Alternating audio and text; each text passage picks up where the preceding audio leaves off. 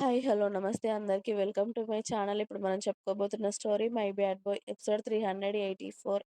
కోపం వచ్చిన ప్రతిసారి రుద్ర గుండె మీద కొరుకుతూ తన కోపం చల్లార్చుకుంటుంది వేద పాప. ఆమె కోపం చల్లారే వరకు అలాగే ఉండి, ఆ తర్వాత ఆమె దూరం జరిగిన తర్వాత ఆమె కొరికిన దగ్గర చేయితో తడుముకుంటూ, పోయిన జన్మలో కుక్కలా పుట్టినట్టున్నావే, అందుకే ఈ జన్మలో కూడా బుద్ధులు పోలేదు చూడు, కుక్కలా ఎలా కొరుకుతున్నావో, అదే ప్లేస్‌లో నేను కొరికి అవే ఘాట్లు నీకు పెడితే ఎలా ఉంటుందో అమ్మ వాళ్ళు చూస్తారు, వీళ్ళు చూస్తారని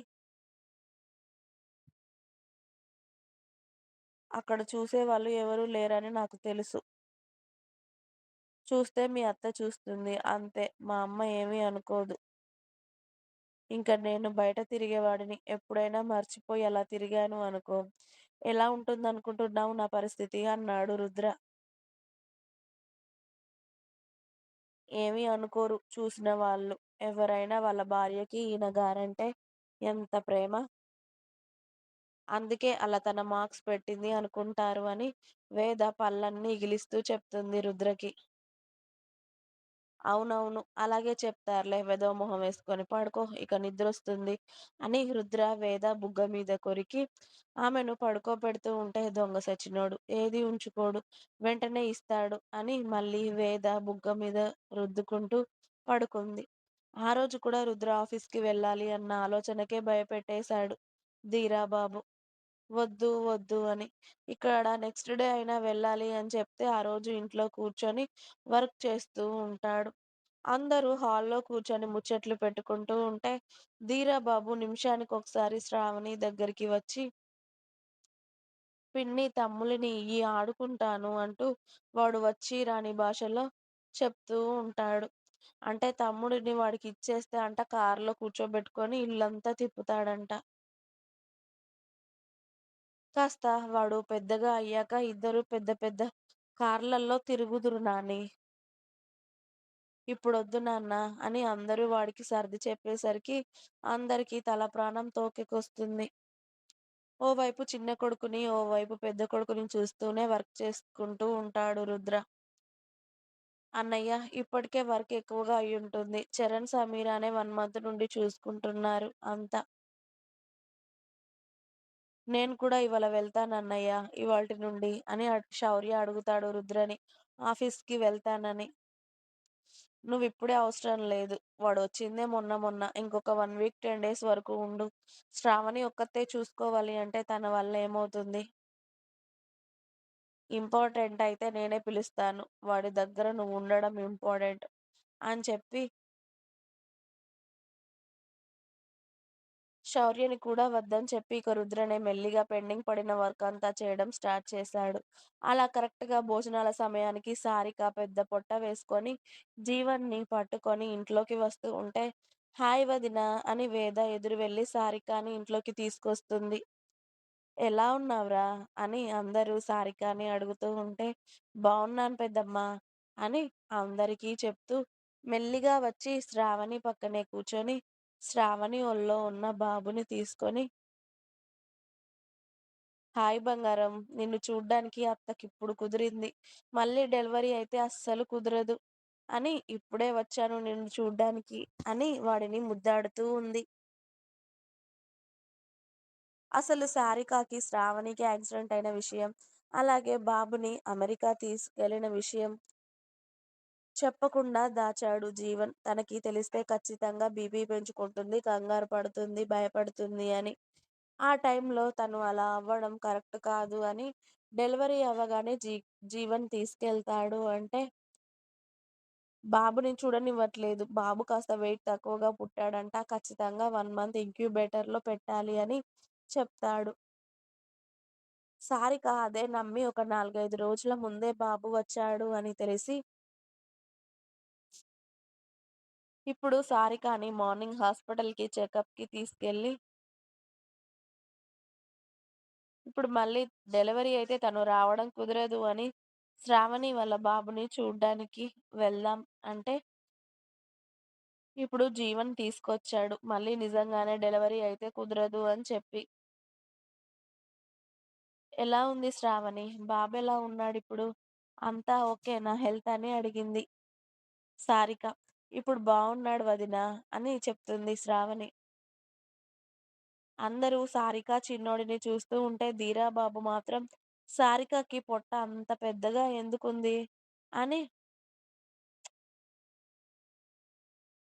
వాడి చిన్ని బుర్రతో ఆలోచిస్తూ మెల్లిగా సారిక దగ్గరకొచ్చి, "అత్త ఆయయిందా ఇక్కడ?" అని అడుగుతాడు సారిక బొజ్జ మీద చేయి వేసి.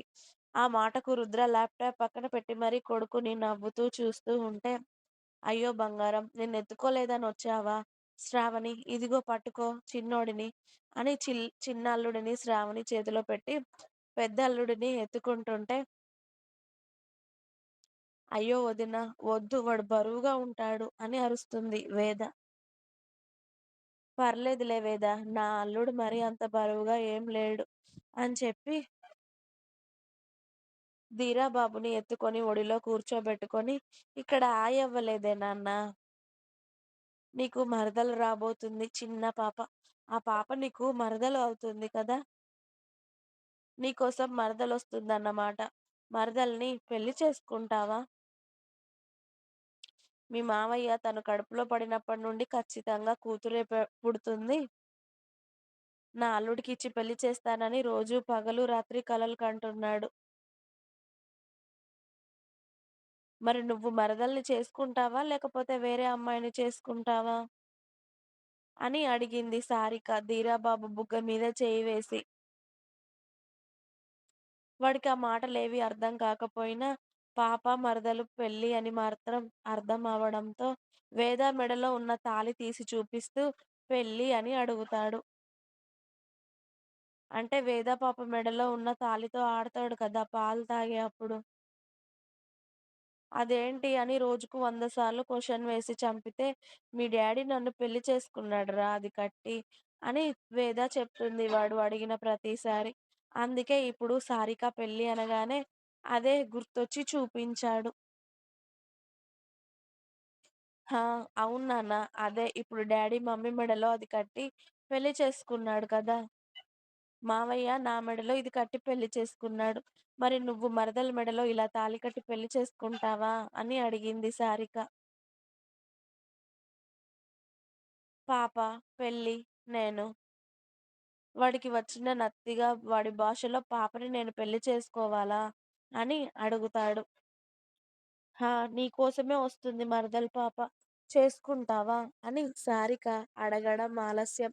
"ఆ! చేసుంటా పెళ్లి, పెళ్లి" అని సంబరపడుతూ క్లాప్స్ కొడుతూ ఉంటే, "ఏంటి జీవన్ బాబు ఆల్రెడీ మా మనవడిని బుక్ చేసుకుంటున్నావు" అన్నమాట కూతురికి. "ఇక పెద్దయ్యాక వాడే అమ్మాయిని చూడకుండా ఇప్పుడే కూతురికి కన్ఫర్మ్ చేసుకున్నావా? నా మనవడిని నీ ఇంటి అల్లుడుగా" అని మీనాక్షి గారు నవ్వుతూ అడిగారు. నా కూతురు వాడి ఇంటికి వెళ్తే ఈ ప్రపంచంలో ఎక్కడ దొరకనంత సంతోషం మీ ఇంట్లోనే ఉంటుందని నాకు తెలుసు కదా ఆంటీ. తన సంతోషం కోసం ఖచ్చితంగా ఎవరినో ఎందుకు తీసుకొచ్చి ఇస్తాను నా కూతురికి.